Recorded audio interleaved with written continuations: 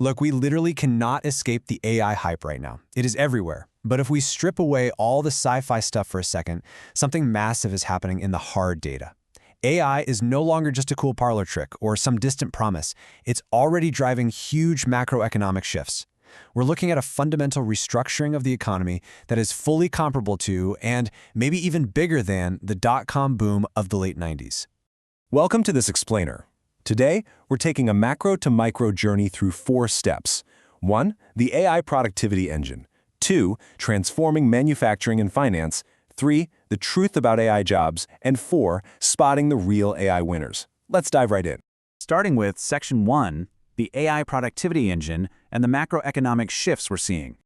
You know, it's so easy to get lost in the daily tech headlines. New models dropping every week, massive funding rounds, all the CEO drama.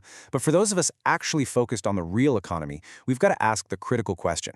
Is AI actually showing up in the hard economic data? Like, is it really moving the needle on a national scale? To really get this, you have to stop thinking of AI as just another software update. It's a general-purpose technology, or GPT. Think electricity, think the internet. Historically, GPTs are so pervasive that they literally reshape the entire baseline of global production. The data actually suggests that as AI integrates as a GPT, it could contribute up to 0.7 percentage points to annual productivity growth in the US over the next decade. And hey, that might sound like a tiny decimal, but when you compound that across an entire economy, it represents trillions of dollars in new wealth creation. And wow, does it show up in the numbers. Just look at the massive spike in early 2025. AI-related investments, meaning the software, the R&D, and building out these massive data centers, accounted for nearly 39% of total US GDP growth. Just think about that for a second. We saw a 1.3 percentage point contribution in Q1 alone. This scale of tech-driven investment is easily blasting past the peak levels we saw during the dot-com era. Moving on to Section 2, Transforming Industries, specifically looking at manufacturing and finance. We're right in the middle of a super rapid transition. In 2025 and moving into 2026, companies are completely ditching that exploration phase where AI was just this lonely, isolated pilot project that nobody actually used.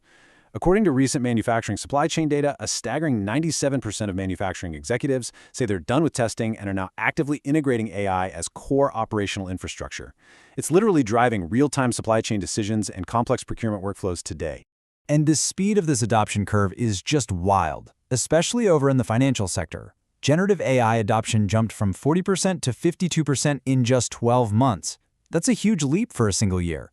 And to back that up, 98% of management in financial services are actively increasing their infrastructure spending to build out what they're calling AI factories. And, this money isn't just vanishing into the cloud. It's paying off big time.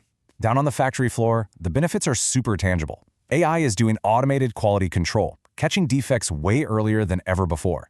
It's intelligently matching suppliers to solve those massive procurement nightmares. In fact, AI is actively solving engineering bottlenecks, saving engineers more than 4 hours a week on basic admin and sourcing. Because of this, 27% of manufacturing leaders now expect AI to improve their overall productivity by an astounding 50 to 100%. Which brings us to Section 3, the truth about AI jobs. Let's talk labor and technology. Okay, we really need to tackle the elephant in the room and subvert this whole doom and gloom narrative. We've all heard the terrifying predictions of mass unemployment, right? But the hard data tells a completely different story.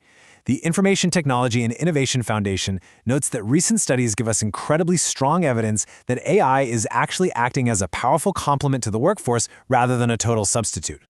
Just look at this number, 10.2%.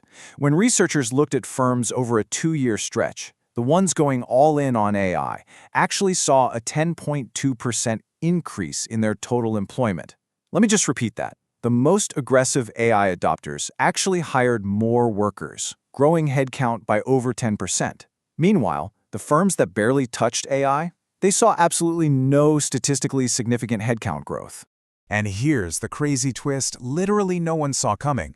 Everybody thought junior employees were going to get wiped out, right?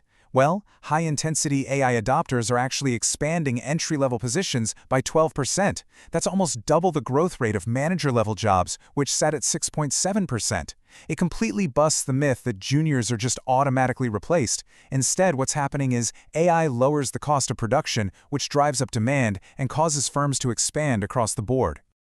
Finally, Section 4, spotting AI winners and actual investment strategies.